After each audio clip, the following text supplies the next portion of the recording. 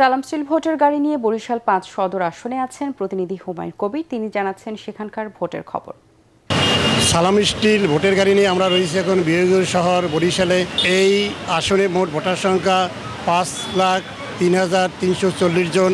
মনোনয়নপত্র বাছাইয়ের পরে মোট ৮ জন প্রার্থী এই নির্বাচনে অংশ নিচ্ছেন। এর ভিতর বিএনপি মনোনীত প্রার্থী এবং বিএনপি চেয়ারপারসন উপদেষ্টা অ্যাডভোকেট মজিবুর রহমান সওয়ার, যিনি বিএনপির প্রার্থী হিসেবে এখানে প্রতিনিধিত্ব করছেন।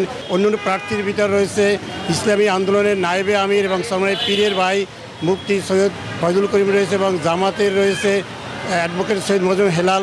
ভূমিকম্প সহনীয় মোস্ট ডিউরেবল দেশের প্রথম থার্মেক্স রড সালাম স্টিল। সালাম স্টিল বোঝে ডিউরেবিলিটি। সালাম স্টিল মোস্ট ডিউরেবল স্টিল। এছাড়াও বাসদ সহ বিভিন্ন দলের প্রার্থী এখানে নির্বাচনে অংশ নিচ্ছেন এবং আমি এখানে বিভিন্ন ভোটারের সাথে কথা বলেছি। তারা বলেছে যে এলাকার উন্নয়নে কাজ করবে এবং যাকে সুখ দুঃখে পাওয়া যাবে, যে সন্ত্রাস সাদাবাস দূর করবে, তাদেরই তারা ভোট দেবেন। হুমায়ুন কবির, এটিএন বাংলা, সালাম স্টিল ভোটের গাড়ি, বরিশাল।